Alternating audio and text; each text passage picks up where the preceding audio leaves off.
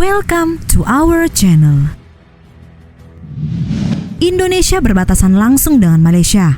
Perbatasan kedua negara terdiri dari 1.881 km perbatasan darat yang membagi wilayah Indonesia dan Malaysia di Pulau Kalimantan. Hal ini juga mencakup batas maritim sepanjang Selat Malaka di Laut Cina Selatan dan di Laut Sulawesi. Batas daratnya sendiri membentang dari Tanjung Datu di sudut barat Laut Kalimantan melalui dataran tinggi pedalaman Kalimantan hingga Teluk Sebatik dan Laut Sulawesi di sisi timur pulau.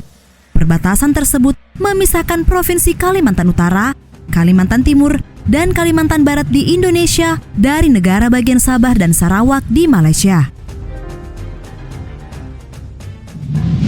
Nah, bicara soal perbatasan antar negara, satu hal yang tentu selalu menyita perhatian adalah kondisi dan gambaran masyarakatnya. Kita mungkin tidak asing dengan potret rumah ini, yang mana bagian depan atau terasnya masuk ke wilayah Indonesia, sementara bagian belakang atau dapur justru masuk ke wilayah Malaysia. Namun faktanya, ada banyak hal menarik kalau membahas fenomena batas semacam itu. Salah satu yang mungkin masih jarang dibicarakan adalah area ini. Ya, ini merupakan zona netral yang menyangga dua wilayah atau negara termasuk di perbatasan Indonesia-Malaysia. Apa yang membuat wilayah ini menarik untuk diketahui? Mari kita bahas.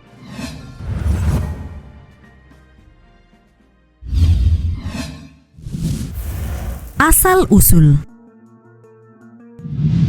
Kelahiran perbatasan Indonesia-Malaysia atau setidaknya bagian dari semenanjung Malaysia saat ini dapat dikaitkan dengan perjanjian tahun 1824 antara Inggris dan Belanda. Perjanjian yang disepakati di London tersebut menentukan bidang-bidang pengaruh di Kepulauan Melayu antara dua kekuatan kolonial saat itu, yakni Inggris dan Belanda. Seperti diketahui, Inggris berhak dan mendirikan koloni di sebelah utara Selat Malaka dan Selat Singapura, sementara Belanda memiliki hak untuk menjajah daerah di sebelah selatan badan air. Garis pemisah antara wilayah pengaruh inilah yang menjadi dasar atau awal mula perbatasan antara Malaysia Inggris dan Hindia Belanda yang kemudian kita kenal sebagai Malaysia dan Indonesia. Nah, lebih jauh di Kalimantan, perluasan kepentingan dan pengaruh kolonialisme Inggris dan Belanda atas kesultanan dan kerajaan-kerajaan setempat terjadi secara bertahap sepanjang abad ke-19.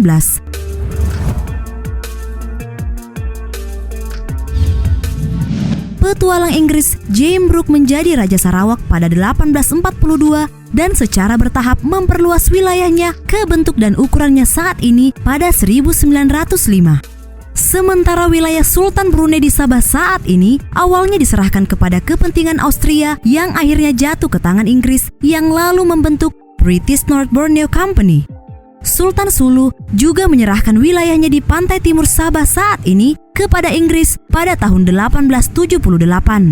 Di bagian selatan Kalimantan, Belanda sedang menegosiasikan perjanjian dengan berbagai kesultanan yang memungkinkannya menjadi kekuatan kolonial di wilayah tersebut.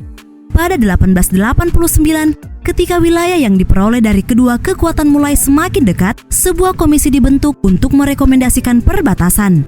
Rekomendasi itu disahkan dalam Konvensi Perbatasan 1891 yang ditekan di London pada 20 Juni 1891.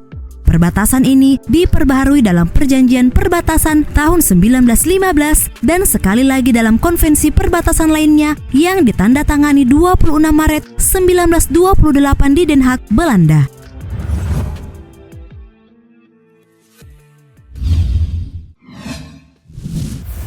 Area zona netral.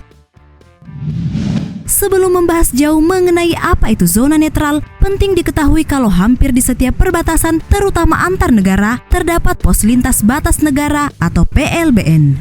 Bagi yang belum tahu, PLBN merupakan tempat pemeriksaan dan pelayanan keluar masuk orang ataupun barang dari suatu wilayah atau negara. Di Indonesia sendiri, sejauh ini ada sedikitnya 18 PLBN yang terletak di kawasan perbatasan darat wilayah Indonesia, baik Indonesia Timor Leste, Indonesia Papua Nugini, dan tentunya Indonesia Malaysia. Nah, khusus perbatasan Indonesia-Malaysia, terdapat 9 PLBN, namun yang paling tua dan populer hanya ada 3, yakni PLBN Aruk yang terletak di Sambas, PLBN Entikong di Sanggau, dan PLBN Nanga Badau di Kapuas Hulu, yang mana kesemuanya berada di Provinsi Kalimantan Barat. Nah, setiap PLBN inilah terdapat satu wilayah yang disebut zona netral.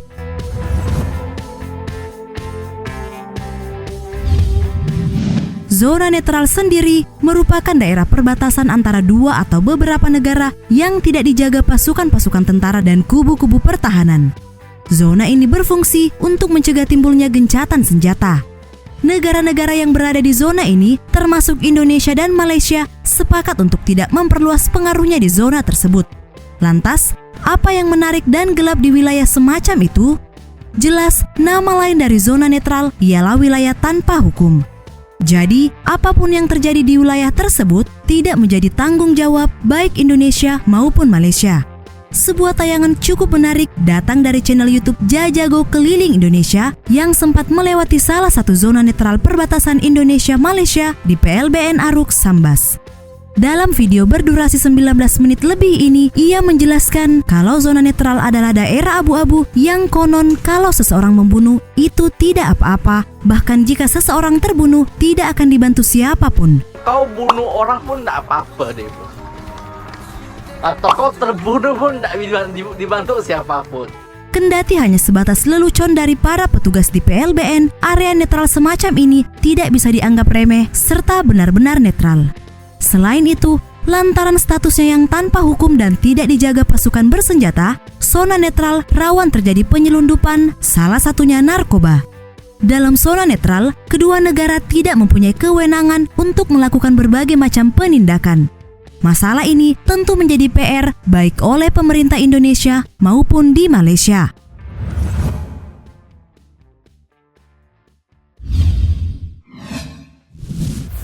Sengketa batas tanah. Terlepas dari perjanjian batas antara Inggris dan Belanda di tahun 1915, setidaknya terdapat sejumlah wilayah di mana Indonesia dan Malaysia masih memiliki sengketa lokasi batas tanah. Media kenamaan Malaysia, Astro Awani, menyebut ada 9 wilayah yang mana terdiri dari 5 lokasi di sepanjang perbatasan antara Provinsi Kalimantan Utara, Indonesia dan negara bagian Sabah, Malaysia, dan 4 lokasi sisanya terletak antara Provinsi Kalimantan Barat, Indonesia, dan negara bagian Sarawak, Malaysia.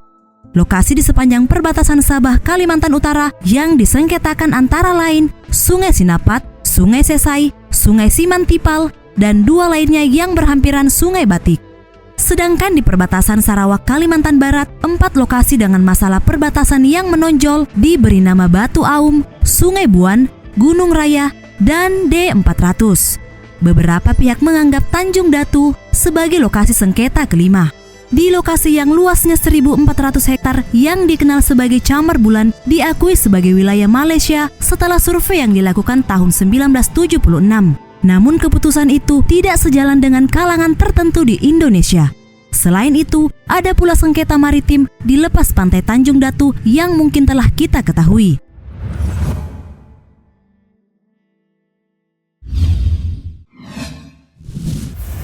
Sengketa batas laut.